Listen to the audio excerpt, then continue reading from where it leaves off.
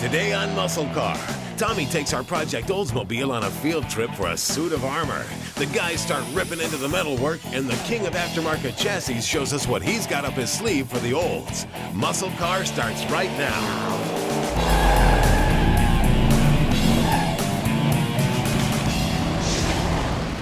We're getting hot and heavy in our 69 Oldsmobile, and if you remember correctly, our plans are going to be rather extensive. We picked this car up in Louisville, Kentucky, took it home and spent some time tearing it apart. Our goal is to make this ride into a modernized, all-custom resto mod and a stylized tribute to the classic Hurst Edition Oldsmobiles. This is going to be a long-term, frame-off labor of love. We got all the shinies pulled off and the body separated from that tired old worn out thing called a frame and brought it all over to our buddies at Blast from the Past in Lebanon, Tennessee. Y'all may remember old Vance. He helped us out on Search and Restore with Andy Wilson's Chevy too. Hey man, thanks for helping us out. Hey, not a problem. Let's get it into the blaster.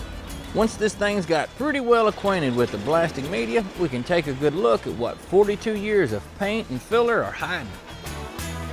The media that we're using is traditional sand because this car has been painted several times and the sand is aggressive enough to power through those layers of gunk.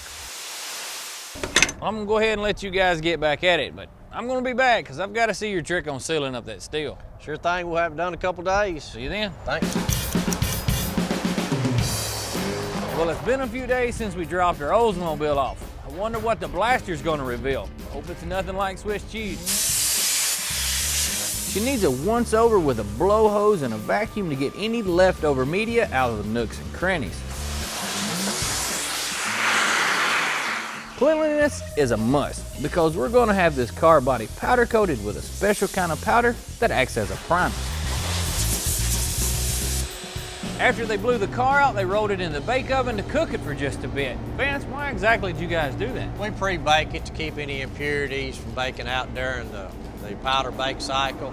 That way it prevents outgassing or any blisters in the powder. Well, it looks a lot better than the last one we've got blasted. Yeah, it don't look like there's hardly as much rust in this one. Pans have got a little rust in them. Looks like it's got something around the window frame. Yeah, ain't nothing professionals can't handle. Well, I wouldn't call me no professional, but I've seen it done once, twice. That right there is some of the impurities, some of the seam sealer baking out that we was trying to prevent getting in our powder. Once it's in the booth and cleaned up, Vance can hook up the grounding clamp and start covering our O's with powder. One of the best parts about having this done is that the powder is attracted to the metal. You can get it into places that you'd never be able to get any kind of spray-on primer. It'll get inside the doors, behind the inner structures, you name it. And that makes for a much more well-protected piece of metal.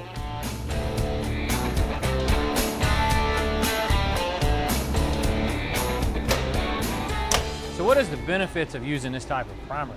The primer's a non-outgassing primer, and if there's any impurities, it tends to keep the bubbling from coming out in the roughness.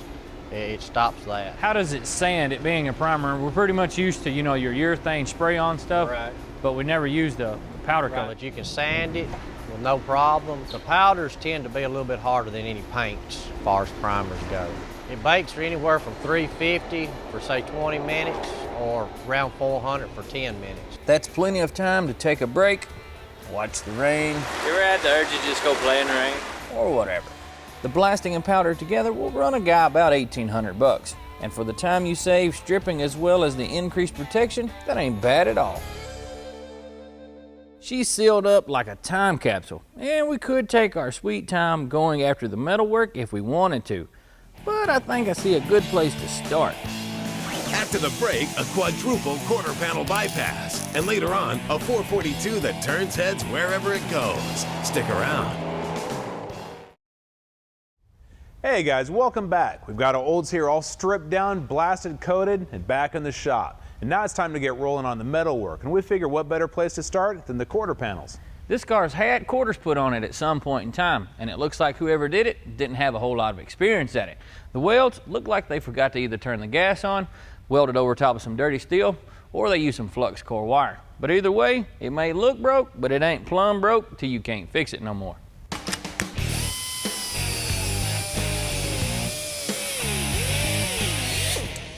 Now I'm not going to cut the quarter completely off, but I am going to cut it loose so I can metal finish this joint. What they did is lap the quarter over top of the existing panel, causing it to bunch up. This panel is supposed to have a natural curve in it, and that's what we're after.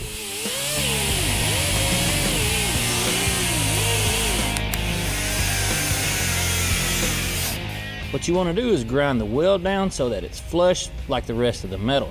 You don't want to grind it too much because you'll make the edge paper thin, and that makes it impossible to weld.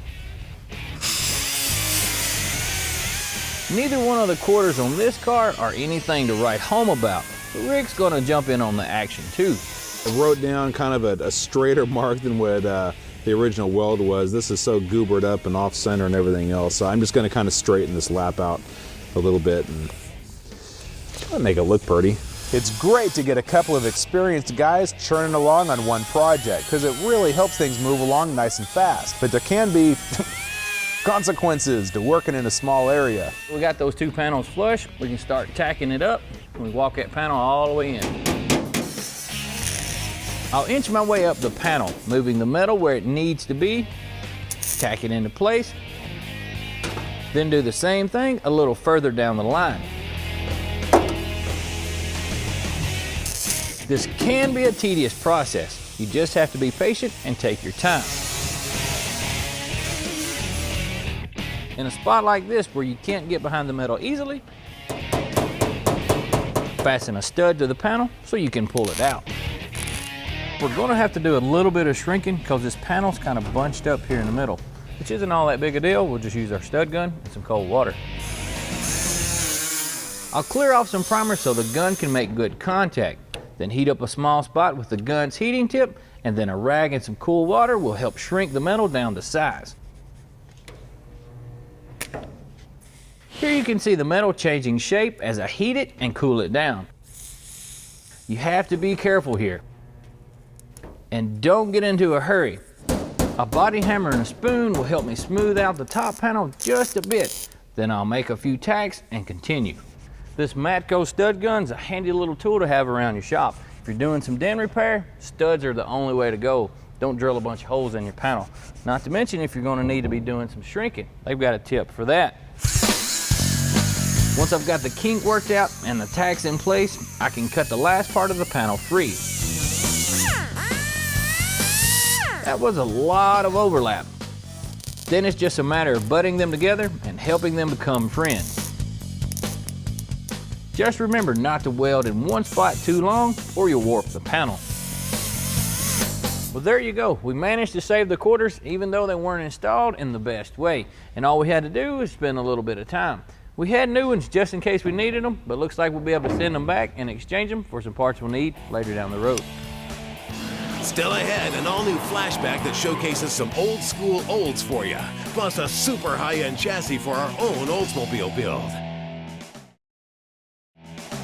Today's Flashback, a 1969 Olds 442 W30. There's no bigger thrill than getting behind the wheel, putting the top down, and jamming some gears.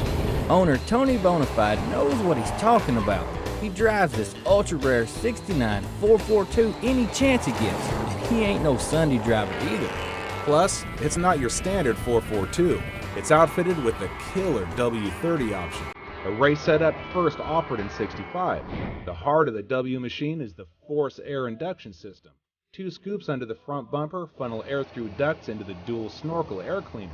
For '69 only, the tubes had an autotherm valve to channel warm air from the exhaust to help heat up the engine. The W30 came with an exclusive Ramrod 400 V8, seriously underrated at 360 horsepower. It improved on the standard 442 motor with a high overlap cam, deep port cylinder heads, and larger intake and exhaust ports. The whole setup shaved almost 2 seconds off the car's quarter-mile time, clocking a 13.3 at 103 miles an hour. Apart from the badging and the scoops, there are a few subtle ways to ID a true W30 from the outside. First, the inner fender wells should be made of red plastic. Why red plastic? Well, no one really knows, but it sure looks cool. Secondly, only W30's got solid rally stripes on the hood. Lastly, the trunk lid should have a dual pinstripe instead of a single one. 442s were still built on the Cutlass body style, and they carried over the sweeping new curves introduced in '68, but with a few subtle changes. A hood tongue split the grille in two, and each pair of headlights were closer together. The back was restyled with vertical taillight lenses, and the Oldsmobile lettering was gone. The 442 model still got you a 4-barrel carb, 4 on the floor, and dual exhaust. Plus, there was the rally suspension, rolling on F70 by 14 wide ovals with a set of heavy-duty 6-inch rims. Inside, the stylish interior included strato bucket seats and a deluxe steering wheel. Plus, there's Rocket Rally Pack gauges with a tick-tock tack and a stereo with an 8-track player. Ever since the 442 was introduced in '64, Olds never got too creative when it came to advertising it. Notice any patterns here? Well, that all changed in '69. Dr. Oldsmobile, a B-movie mad scientist, was dreamed up to sell the new W machines as monstrous lab experiments. Wacky sidekicks like Elephant Engine Ernie and Shifty Sidney later joined the cast. Despite the popular ad campaign, sales of the 442 dipped to just under 30,000. 4,300 were ragtops, and of those, only 91 had the W30 option and a 4-speed. That makes this one rare, bona fide piece of American muscle. It's a fun car to drive. It's got a lot of pep, a lot of power. Coming up, the king of aftermarket chassis makes a visit to our studio. You're watching MuscleCar. For a DVD copy of this episode, just go to PowerBlockTV.com and order your copy for just $5.95 plus shipping and handling. Start your own MuscleCar collection, delivered right to your door from the PowerBlock. Hey y'all, we want to do this Olds build up the right way. We're going to use the best parts possible. So when it came to a chassis, we knew there was only one place to go. She came in a crate, and when you get to looking at it, you know that the guys putting this thing together know what they're doing. The stock chassis was fine and dandy back in the day, but the original suspension geometry was a lot less than perfect on these old cars. And with the power that you can squeeze out of a modern LS motor, odds are you're going to twist this dude up like a paper clip. We've got this one all taken out and ready for a little attention. We're also lucky enough to have the guy here in-house who designs these things, Art Morrison from Art Morrison Enterprises. Well, thanks, Rick. Glad to be here. Hey, glad to have you here, man. Now, in the world of aftermarket chassis and fabrication, well, for the last 40 years, this guy has been king of the hill. The frame we have here is a 68 to 72A body frame. It pretty much fits everything from the Chevelle, Buick Olds, Pontiac, anything that is considered an A body from 68 to 72. It was a very, very involved engineering process just because of the design of the chassis. There was a lot of complicated pieces. Overall project was probably a 2-year from start to first prototype chassis. While we're putting the sway bar on, why don't you give me the lowdown on this front suspension? You notice the shape of this cross member, the fact that it is bent forward, and the way the rack and pinion sits so low, and the motor mounts are right here. Well, there's so much happening in such a close area that we had to use this style cross member in order to fit the pan for the LS type engines.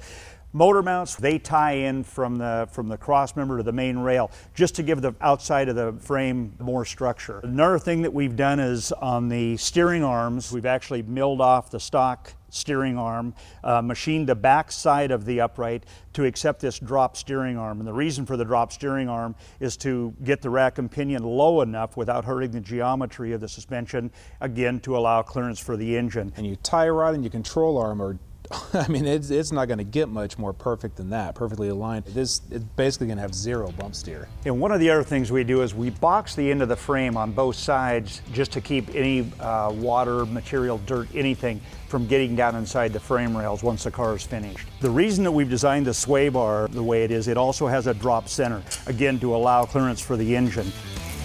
We use Strange Engineering shocks on all 4 corners of our chassis. They are an adjustable shock. Now with the front end all assembled, can you tell me what we got going on back here? Absolutely.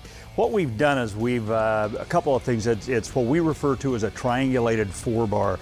We use a large diameter tube, and we've done this over the years because we found that it reduces the harmonics of using the smaller tubes. Let's get to it and we'll assemble the rear end.